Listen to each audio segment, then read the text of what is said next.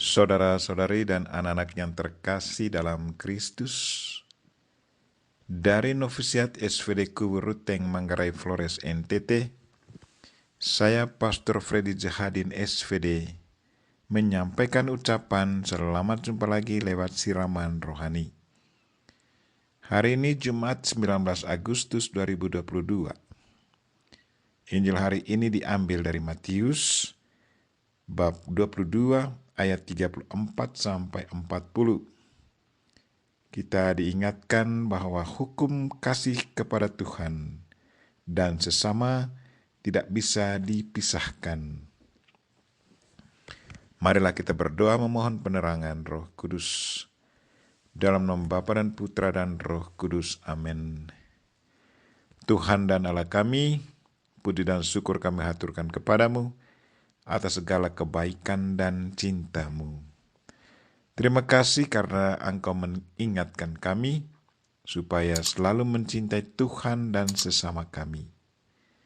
Kedua hukum ini tidak bisa dipisahkan. Tuhan, sadarkanlah kami akan pentingnya kedua hukum ini. Semoga kami selalu setia menghayati dan mengamalkannya dalam hidup kami. Tuhan, utuslah Roh Kudus-Mu. Terangilah pikiran dan hati kami, agar sabdamu yang akan kami dengar dapat kami pahami dengan baik. Dan isi pesanmu dapat kami hayati dan amalkan dalam hidup harian kami. Doa ini kami sampaikan dengan perantaran Kristus Tuhan kami. Amin.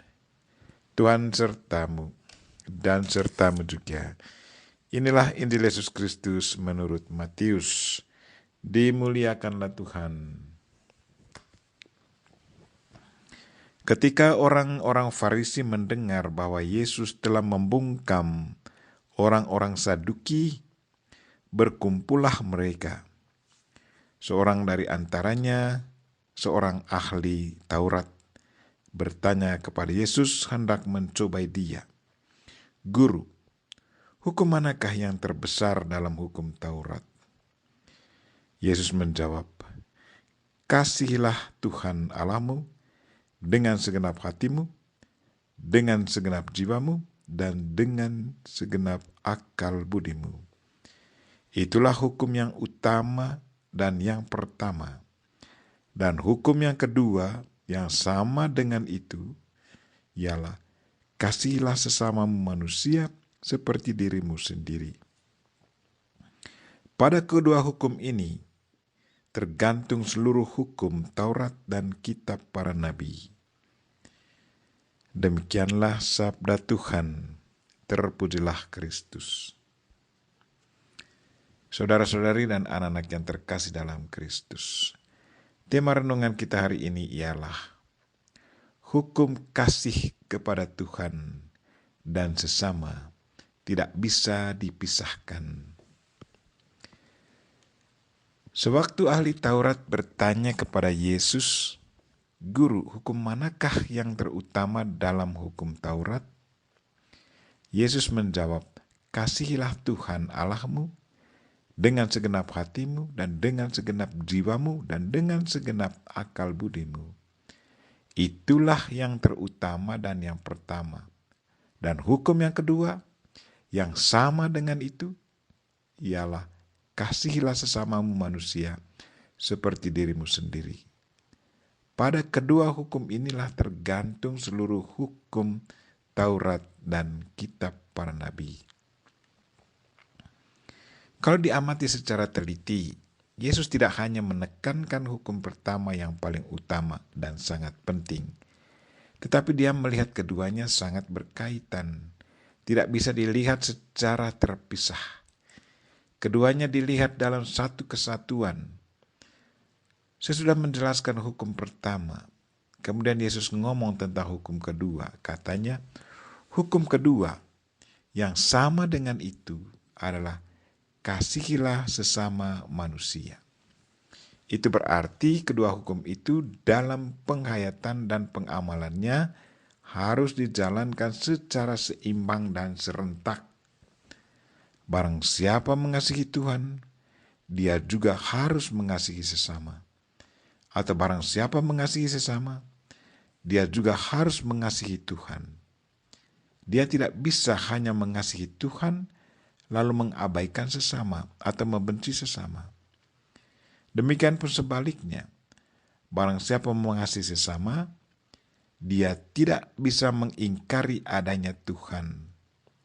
Tetapi sudah seharusnya dia juga mengasihi Tuhan yang adalah pencipta manusia.